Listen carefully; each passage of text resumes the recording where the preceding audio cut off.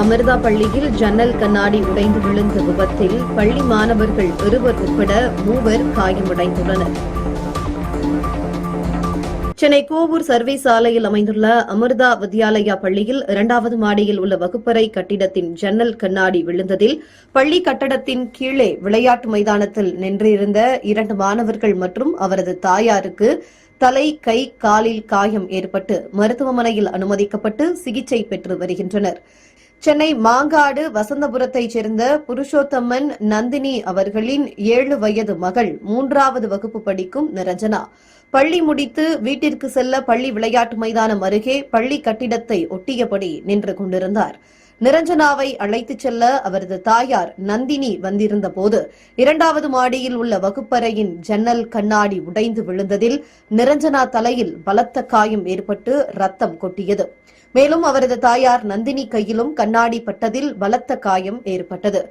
அருகில் இருந்த 12 வயதுடைய சஞ்சீவ்குமார் என்ற 7ஆம் வகுப்பு பயிலும் மாணவன் மீது தலை, கை, கால்களில் கண்ணாடி விழுந்ததில் காயம் ஏற்பட்டது.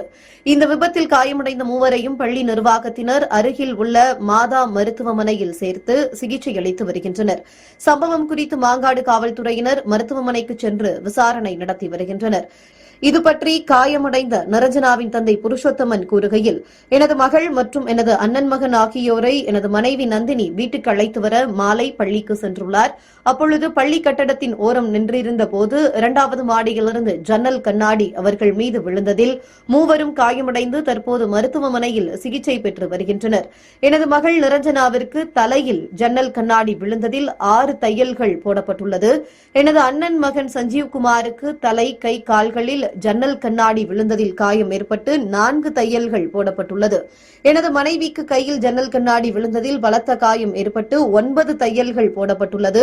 தொடர்ந்து 3வரும் சிகிச்சை பெற்று வருகின்றனர். இதுபோன்ற சம்பவம் இனிமேலும் நடைபெறாமல் இருக்க பள்ளி நிர்வாகம் உரிய பாதுகாப்பு நடவடிக்கை எடுக்க வேண்டும் என தெரிவித்தார். பள்ளி நிர்வாகம் சார்பில் கூறியதாவது, எதிர்பாராத விதமாக இந்த சம்பவம் நடந்துள்ளது. இனிமேல் இதுபோன்ற அசம்பாவிதங்கள் நடைபெறாமல் இருக்க உரிய பாதுகாப்பு நடவடிக்கைகள் மேற்கொள்ளப்படும் என தெரிவித்தனர்.